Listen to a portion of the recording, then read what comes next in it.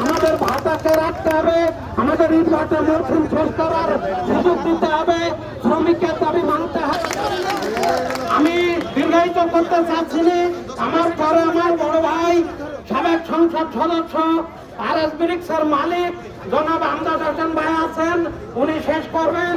আমি এইটুকু বলতে চাই, আপনারা সবাই ধৈর্য ধরে নিচে দাঁড়াবেন।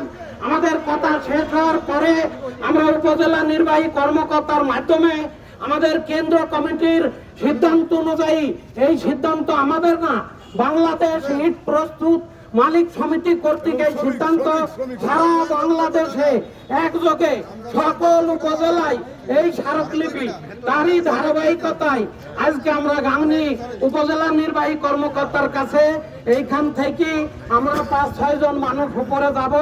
আপনারা নিচে ধৈর্য ধরে বসবেন, আমরা স্মারকলিপি প্রদান করে আবার আমরা যেভাবে এসেছি এইভাবে ফিরে যাব। সকলকে ধন্যবাদ।